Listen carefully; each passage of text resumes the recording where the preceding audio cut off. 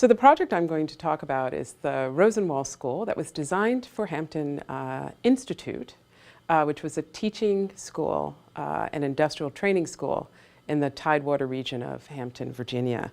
It was a project that exists in very few objects within the archive. So the primary thing that we have that represents the project is this rendering perspective that gives us a sense of what it would have looked like had it been built.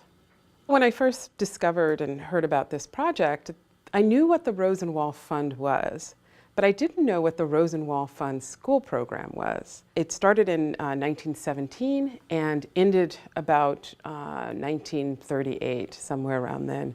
But over that period, they built over 5,000 schools for African American students, primarily in the South. And what was fascinating about the Rosenwald Fund in general was that it was monies given by Julius Rosenwald, who was a philanthropist. He was Jewish, based in Chicago. And the monies provided a number of things beyond the school program, but he funded artists and intellectuals and writers. So people like Marian Anderson, the singer, Ralph Ellison, the novelist, Jacob Lawrence, who did the Migration series. But a large part of that fund also gave monies for school construction. In terms of the Rosenwald Fund, Booker T. Washington started the fund, and it continued really and grew at Tuskegee Institute. Washington had this idea that if African American communities could get some monies, part of the money would come from Julius Rosenwald, he would donate a third, the communities would raise 1/3, and local school boards would raise 1/3 of the funds, that the quality of the spaces of education could be improved across the South. And so when you see the map of the school building program, you realize the extent to which these schools provided a service that unfortunately under Jim Crow segregation was not being provided. And the fact that African Americans had to provide their own monies, even though they paid taxes in many of these municipalities and to the state, showed the impact of Jim Crow segregation on education. So the original plan that Frank Lloyd Wright receives from the Rosenwald Fund is a building that is a U-shape with an auditorium in the front of that U-shape. And then you could see in the perspective that it's more of a donut. And what Wright does is he takes the auditorium and pushes it to the back. So by pushing it to the back, it opens up an area that he describes as a patio and pool.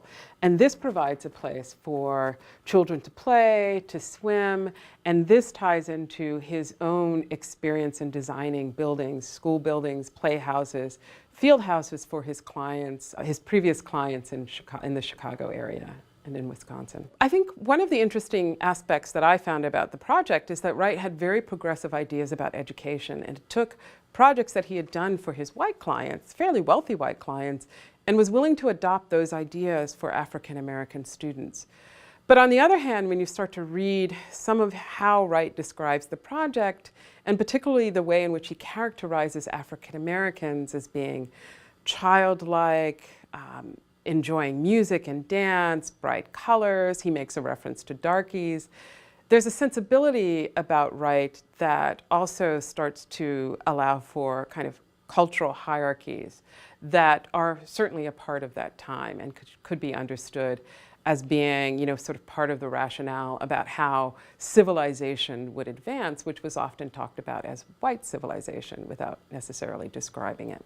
I think it's an important project because it's one of the projects that doesn't have a big footprint in the archive. I mean, the archive is immense and enormous, and this is a project that has very little evidence. What was fascinating was how it touched so many other archives, the Rosenwald Fund archives, Fisk University archives, where the Rosenwald Fund papers are being held. And so it, to me, showed how Wright was interacting with a lot of major figures and institutions of the day that were engaged in progressive education and reform.